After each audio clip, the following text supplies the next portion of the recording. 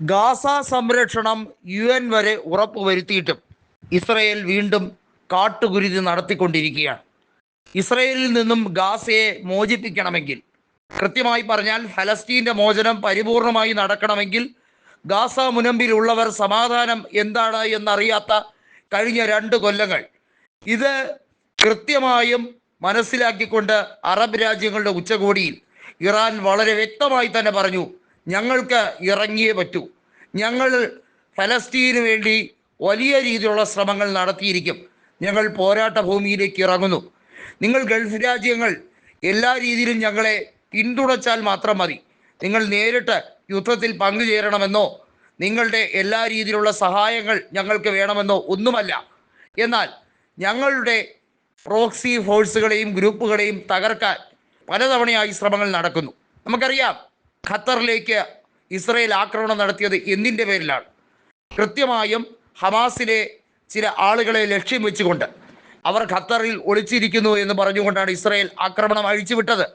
America അതിനെ അപലപിച്ചു എന്നൊക്കെ പറയുന്നുണ്ടെങ്കിലും അമേരിക്കയ്ക്ക് അന്തിമമായി ഇസ്രയേലിനെ തള്ളിപ്പറയാൻ യാതൊരു രീതിയിലുള്ള നിർവാഹവുമില്ല. കാരണം അമേരിക്കയുടെ ഒരു പ്രോക്സി സ്റ്റേറ്റായി തന്നെയാണ് ഇസ്രയേലിനെ കണക്കാക്കുന്നത്. അവരുടെ 51ാമത്തെ സംസ്ഥാനം എന്ന നിലയിൽ തന്നെയാണ് ഡൊണാൾഡ് ട്രംപ് ഇസ്രയേലിന് പ്രത്യേകമായി ഇസ്രയേൽ സയനിസ്റ്റ് ഭരണത്തെ എല്ലാ രീതിയിലും ഡൊണാൾഡ് ട്രംപും റിപ്പബ്ലിക്കൻ പാർട്ടിയും അംഗീകരിച്ചിരിക്കുന്നത്. ആ ഒരു നിലയ്ക്ക് ഇസ്രയേൽ നടത്തി വരുന്ന ഈ രീതികളെ, ഈ വംശഹത്യ നടപടിക്രമങ്ങളെ എതിർത്തത് കൊണ്ട് മാത്രം ഒന്നും സംഭവിക്കില്ല. വോട്ട് ചെയ്തതുകൊണ്ടോ UN-ൻ്റെ പ്രത്യേകമായിട്ടുള്ള അംഗീകാരമോ ഒന്നും ഇസ്രയേലിനെ ഒരു രീതിയിലും അവരെ സ്വാധീനിക്കുന്നില്ല. അവർക്കുള്ള മറുപടി യുദ്ധം തന്നെയാണ്, യുദ്ധത്തിലൂടെ മറുപടി കൊടുക്കുക തന്നെയാണ്.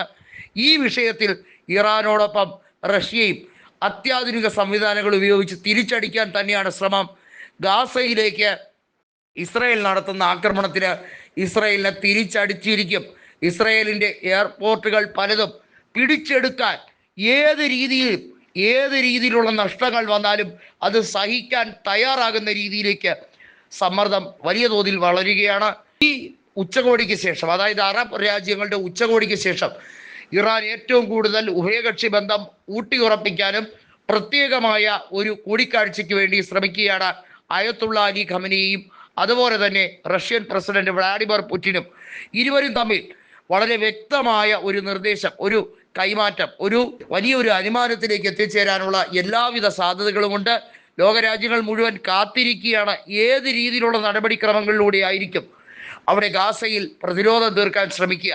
നമുക്കറിയാം, ഇറാൻ്റെ ആണവ കേന്ദ്രങ്ങൾക്ക് റഷ്യ നൽകിയിരിക്കുന്ന പ്രതിരോധ രീതികൾ, അത് അംഗീകരിക്കപ്പെടേണ്ട, അല്ലെങ്കിൽ അത് കയ്യടി കൊടുക്കേണ്ട പ്രത്യേക രീതിയാണ്. കാരണം അത്രയേറെ ഇസ്രയേലിനെ പ്രകോപിപ്പിക്കാൻ റഷ്യക്ക് കഴിഞ്ഞിട്ടുണ്ട് എന്നുള്ളതാണ്. ഈ ചുരുങ്ങിയ നാൾ കൊണ്ട് തന്നെ ഇസ്ഫഹാനിലും ഫോർദോയിലും റഷ്യ ഒരുക്കിയിരിക്കുന്ന സേവനങ്ങൾ അതെടുത്ത് പറയേണ്ടതാണ്. അതുപോലെ തന്നെ ഇനി ഗാസയെ പ്രൊട്ടക്റ്റ് ചെയ്യാൻ, ഗാസ മുനമ്പിനെ പ്രൊട്ടക്റ്റ് ചെയ്യാൻ വേണ്ടിയുള്ള നീക്കങ്ങൾ ആരംഭിച്ചു കഴിഞ്ഞിരിക്കുന്നു.